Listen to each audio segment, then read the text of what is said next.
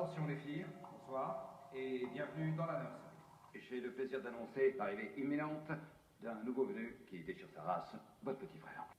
Salut les manos, très content de vous retrouver aussi rapidement. Tout d'abord, un grand bonjour aux tout nouveaux abonnés qui viennent de s'agraffer à la chaîne les 2 ou 3 derniers jours. Et puis surtout, un grand merci à tous pour la motivation et les félicitations que vous faites à chaque fois que je fais des vidéos, malgré la dernière vidéo qui était quand même assez succincte. Encore, il y en a pas mal qui ont apprécié. Donc, je voulais vous en remercier. Voilà. Donc aujourd'hui, on va parler de la Tony Stark de chez Iron Man 3, de chez Hot Toys, la MMS 191, mais pas que. Et là, je m'excuse par avance, surtout pour les forums où je vais poser la vidéo, parce qu'elle va peut-être être un peu longue, mais surtout, elle va parler de deux choses. Bien évidemment de cette pièce-là, et puis d'un autre projet que j'avais en tête depuis longtemps. Certains savent déjà de quoi je parle. Mais bon, je vais garder un peu la surprise. Salut à tous, c'est Max. On est parti pour la vidéo.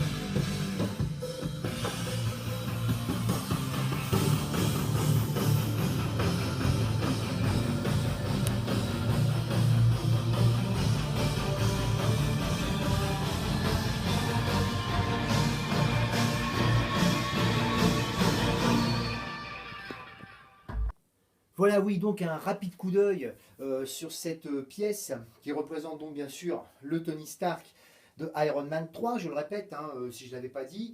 Il y a déjà eu d'autres Tony Stark qui ont été faits par Hot Toys. Ça, c'est celui qui concerne bien évidemment le troisième film. Alors bien évidemment, il est sur un grand plateau, là, dont je parlerai après, mais c'est pas ça qui est vendu avec, ça c'est quelque chose d'à part. C'est une pièce, d'ailleurs, très importante. Alors autant pour le Heartbreaker, j'avais expliqué qu'il n'y avait pas beaucoup d'accessoires. Pour le prix, on se fout vraiment quasiment quelques fois du monde. Et alors là, c'est carrément l'inverse. Pour quasiment le même prix, on en a un maximum. Alors certes, pas des accessoires qui sont réellement utiles, c'est plus des accessoires de panache, on va dire, mais ça donne un crédit à la pièce qui est vraiment, vraiment magnifique. Quand vous avez la pièce, vous avez vu tout à l'heure la boîte, elle est énorme, elle est sur 2 étages, 2 ou 3 étages, je ne sais plus. Vous avez bien évidemment le personnage qui est vendu à la base, non pas avec ses mains-là, qui sont dans la boîte bien évidemment, mais avec les bras humains on va dire, voilà. Les pieds pareil, avec les chaussures et tout. Vous avez donc ce HS qui est là, donc je reviendrai tout à l'heure. Vous allez avoir surtout, et ça c'est très très important, surtout quand vous prenez la pièce, faites extrêmement attention, notamment à cette base là, parce que bien évidemment, ce qu'on ne peut pas reprocher à Hot Toys, c'est qu'ils sont extrêmement attentifs à ce qu'ils font, extrêmement précis. Cependant, c'est du 1/6 et ça prend quand même une place incroyable. Moi, j'ai moi-même, avant de commander cette pièce-là, demandé sur plusieurs forums combien faisait le diamètre. Et on est quand même, si vous voulez, une base comme ça, qui est la base vraiment qu'il y a avec tous les Hot Toys. Je parle pour celles qui ont les armures avec les cercles là, c'est à peu près 17-18 cm de diamètre. Quand vous rajoutez ça, vous êtes déjà à 37 cm de diamètre. Et là, on est carrément dans les 50 cm. Et je peux vous assurer que dans une vitrine, ça prend toute la place, voire même carrément, c'est impossible à mettre. Alors bien évidemment, c'est en plusieurs morceaux. Vous avez la base, ce cercle-là, ça que vous rajoutez, et encore ce dernier cercle ici pour le sol. Bon, vous n'êtes pas obligé de mettre tout ça, mais c'est vrai que c'est dommage d'acheter une pièce pareille et de ne pas bénéficier de tous les avantages qu'elle a. C'est ce qui explique aussi en partie le socle que j'ai fabriqué moi derrière et que vous voyez. Vous avez ensuite avec le robot, le fameux bras là qu'il est sans arrêt en train de vilipender dans les films. Alors petite parenthèse, moi j'ai pas trop compris, il y en a pas mal qui l'ont appelé Jarvis dans les vidéos. Bah écoutez, je sais pas, c'est pas Jarvis, hein. Moi il me semble pas que ce soit Jarvis, il n'est pas apparenté à Jarvis, hein. Il me semble pas. Il est complètement articulé, j'espère que vous voyez bien la vidéo quand même, je vais me mettre devant, je sais pas si vous le voyez pas trop là, attendez, je vais me mettre derrière, je vais m'avancer un peu, ça sera plus facile. Je vais faire une petite mise au point et ce sera pas plus mal. Voilà, alors il est super articulé, hein. Vraiment, vous voyez, vraiment, bon, il est limité bien évidemment, mais voilà, les pinces s'ouvrent, vous pouvez lui faire tenir pas mal de choses. Les roues, même si c'est pas du plus facile, sont fonctionnelles, bien évidemment, vous voyez. Il est complètement articulé. Non, non, ça c'est une super reproduction du personnage, entre guillemets. Vous avez ensuite dans les accessoires, alors là, je vais carrément me déplacer parce que là, il y en a un paquet. Alors, je ne les ai pas tous, hein, bien évidemment. Vous avez donc, en dehors des bras que vous pouvez enlever, vous avez ce système de bras là. Vous savez, pour faire le début du film d'Iron Man 3, quand il est en train de monter son armure, là, préhensile, à propulsion autonome, hein, s'il me semble que ce soit les termes qu'il emploie. Vous avez pareil pour les pieds. Alors, faites attention pour les pieds. Mais bon, ça arrive de temps en temps chez Hot Toys. C'est qu'il faut déclipser le pied et le remettre. Sauf que moi, le problème au niveau, en deux parties, hein. Vous avez ça et la chaussure. Et le souci, c'est quand vous enlevez la chaussure, moi, elle est partie avec le peg. Donc, du coup, très difficile à déboîter, hein. J'ai réussi, mais c'était compliqué. Donc, faites attention à ça. Après, vous avez donc la fameuse table avec tout un tas de blueprints, enfin, les fameux plans. Des parties d'armure, un casque, des bras. Alors là, ça vient de la marque 5. Hein, je l'ai mis parce que je trouve que les accessoires sympas. Vous allez avoir aussi ce petit bouquin. Alors c'est sympathique, qui était super bien imprimé d'ailleurs, que l'on voit dans le film. Hein, où on voit la vie de Tony Stark, tout ça. Je ne sais plus quelle marque c'est d'ailleurs, enfin quel bouquin c'est. C'est pour l'Expo Stark là qu'on voit, je crois, dans le 2. Enfin, vous voyez, c'est vraiment, non, c'est super, super. Ah, attendez, je suis pas en pleine lumière. Voilà, c'est super bien détaillé. Donc voilà. La table est sur roulette aussi. Vous allez avoir aussi, alors vous voyez les petits ustensiles aussi. Voilà, ils ont été très précis. Vous voyez la caméra, les clés, la pince, le tournevis. Enfin voilà, bon, ces appareils-là, bien sûr, sont pas mécaniques. Hein, c'est-à-dire que bon, c'est posé, c'est très bien fait, la reproduction est fidèle, mais ça reste comme ça, c'est tout. Il n'y a rien d'autre à faire dessus. Je vais vous montrer aussi une petite astuce de la part de chez Hot Toys, qui était plutôt pas mal, notamment pour la fonctionnalité de la pièce. C'est les bras, vous voyez, ces bras-là. Alors, vous enlevez bien évidemment les bras, mais en vérité, ils sont en deux parties quand vous les remettez. Vous avez cette partie-là, et ici, c'est aimanté. Et ça, c'est un super truc. Même si on ne peut pas dire, je fais un petit zoom quand même, même si on ne peut pas franchement dire qu'elle soit, non pas difficile à monter, mais assez difficile à manier. C'est-à-dire qu'on ne peut pas lui faire tous les mouvements qu'on veut, mais voilà, vous voyez, tout est articulé au niveau des... Ah merde, attendez, je ne monte pas bien, là, je suis désolé. Tout est articulé au niveau des doigts, comme ils font d'habitude, c'est vachement bien fait. Et puis, bien évidemment, voilà, la petite LED dedans, voilà. Ça, c'est valable pour les deux mains. C'est vraiment très bien fait.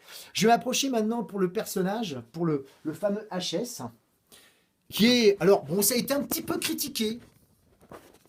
Non pas qu'il soit raté, mais apparemment, Hot Toys avait fait mieux, effectivement, en regardant bien.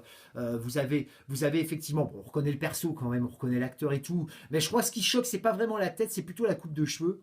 Parce que moi, j'ai vérifié avec d'autres armures, où il y a la tête qui est fournie dans l'armure, et c'est vrai que le HS est quasiment le même, à part bien évidemment la coupe de cheveux, hein, que l'on a du mal à voir. Petit détail intéressant, les petites lunettes que vous avez en accessoire qui s'enlèvent, hein, bien évidemment. Et puis le fameux plastron, là, j'ai oublié le terme, au milieu là qui s'allume, tout ça. Alors ça c'est pareil, je vais revenir en arrière, je vais le poser. C'est pas franchement facile. J'avais déjà parlé plusieurs fois de ce système-là. Je fais une petite mise au point, notamment où on met les piles, tout ça. Hein. Alors là c'est dans le dos. Bon, heureusement que les vêtements sont élastiques, hein, parce que c'est super difficile d'y accéder. Et d'ailleurs, ça me fait penser une petite chose, parce que moi quand je l'ai reçu, je trouvais que, je vais l'éteindre d'ailleurs, vous voyez, je trouvais que le bleu était un peu faible, et effectivement, et c'est pas, ça me donne l'occasion d'en parler, j'avais oublié d'en parler, notamment pour la Silver Centurion. Je pense que beaucoup de personnes ne laissent pas forcément les piles dedans, et si c'est pas le cas, je vous déconseille fortement de le faire, enfin de laisser les piles à l'intérieur, quel que soit l'appareil, parce que vous voyez, j'y reviendrai pour tout à l'heure pour la suite du projet, mais je me suis rendu compte sur pas mal d'anciennes armures que bien évidemment les piles s'oxydent, mais ça c'est un phénomène naturel, mais surtout malgré l'emplacement qui est ric-rac, où franchement on a l'impression qu'on ne pourrait pas y loger une aiguille tellement c'est ric-rac, et ben, les piles arrivent à bouger et du coup à se déconnecter. Moi, je vous dis, pour cette pièce-là, notamment quand j'ai reçu la pièce, le bleu était très très faible, j'ai démonté, j'ai cru que la LED avait un souci, et en fin de compte, c'est simplement qu'il y a eu une pile qui était pas franchement en phase avec les autres, et du coup, bah, ça diminuait l'intensité, voire carrément ça la coupe.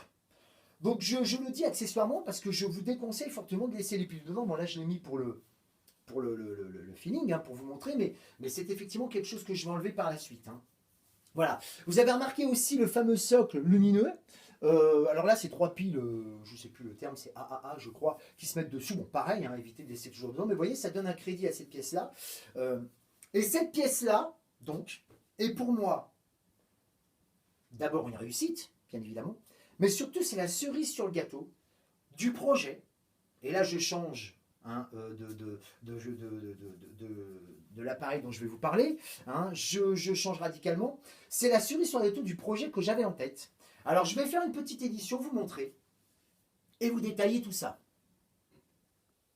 Alors voilà. Bon bah vous l'aurez reconnu hein, pour ceux qui le savaient déjà. Hein, c'est bien sûr le Hall of Armor fait à ma manière.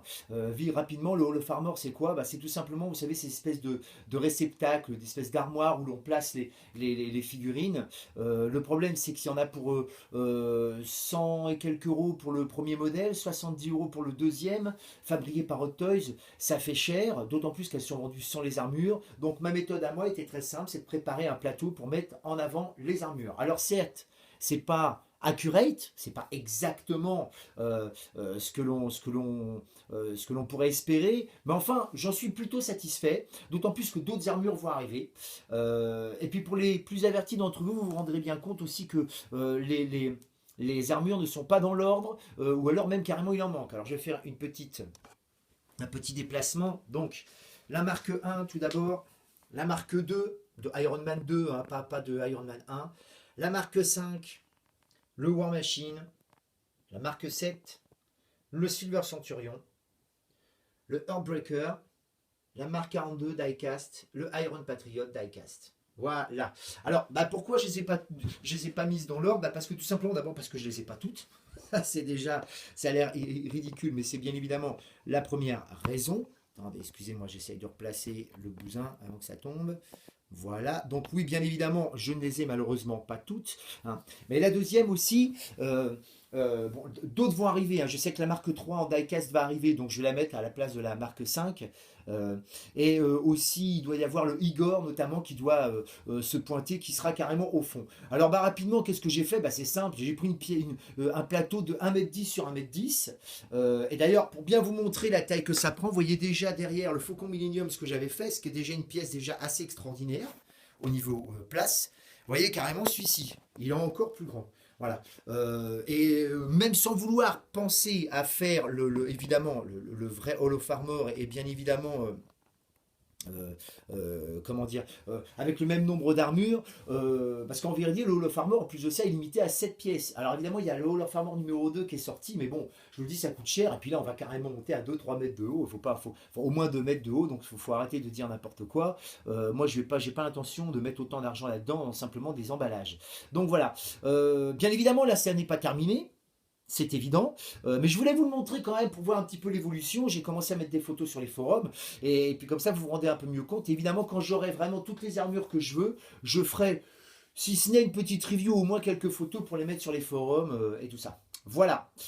Ben écoutez, la vidéo mes amis va s'arrêter ici. J'espère ne pas avoir été trop long.